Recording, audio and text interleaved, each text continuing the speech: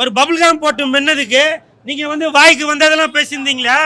வச்சிருந்தான் இல்ல பான் பராக்கா வச்சிருந்தான் சொல்லுங்க. இல்ல ஆன்ஸ் வச்சிருந்தானா இல்ல வேற யாரையும் வச்சிருந்தானா? நீ பாத்தியா? பபுள்காம் போட்டாக்கா மென்னுட்டு தான் இருப்பாங்க. நீங்க அந்த மெல்றத போய் அதை ஒரு கண்டென்ட் ஆக்கி ஒரு மீம்ஸ் போட்டுட்டு இருக்கீங்களா? நீங்களே சொல்லுங்க.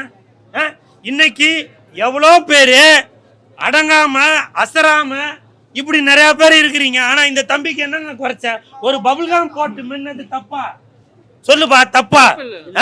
நீங்க வந்து அந்த பபுள்காம் போட்டு மென்னதுக்கு போய் அதுக்கு வந்து நீங்க ஒரு ட்ரோல் பண்ணிட்டு இருக்கீங்களா? உங்க தம்பியா இருந்தா பண்ணுவீங்களா? உங்க ஃப்ரெண்டா இருந்தா பண்ணுவீங்களா?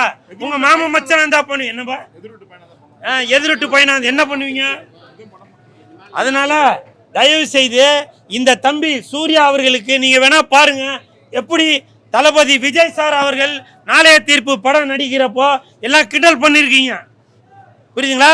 அது அப்போ உள்ள ஜெனரேஷன்ல எல்லாம் கிண்டல் பண்ணிருக்கீங்க. ஆனால் இன்னைக்கு நாளைய முதலமைச்சராக கூடிய அளவுக்கு இன்னைக்கு வந்து விஜய் அவர்கள் வளர்ந்துருக்காங்க. அதே மாதிரி சூர்யா அவர்கள் பாருங்க, இன்னைக்கு உங்க வீட்டில் காலண்டர் இருந்தா எழுதி வச்சுங்க தம்பி. ஒருவேளை போன்ல அந்த காலண்டர் இருந்தா அதுல நீங்க நோட் பண்ணி வச்சுங்க. இன்னையிலிருந்து இன்னும் ஒரு வருஷத்துல ஒரு பெரிய ஹீரோவாக இந்த சூர்யா சேதுபதி அவர்கள் வளரலனாக்கா உன் மீச எடுக்கிறான். உன் மீச இல்ல, மீச இருக்கிறவங்க பக்கத்துல வந்து நில்லுங்களாண்டா, புரியுதுங்களா? நான் மீசை எடுப்பேன் வைப்பேன், புரியுதா?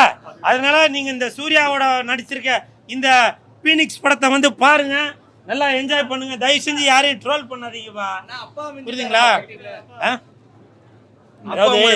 இருவா ஒருத்தவங்களுக்கும் ஒரு திறமைகள் இருக்கு. இது அப்பாவை மிஞ்சிட்டாரு அப்படின்னு சொல்றதை விட அப்பாவுக்கு ஈக்குவலா இருக்காரு அப்படின்னு தான் சொல்லலாம். ஏன்னா விஜய் சேதுபதி அவர்களுடைய ஸ்டைல் வேற, தம்பி சூர்யா அவர்களோட ஸ்டைல் வேற.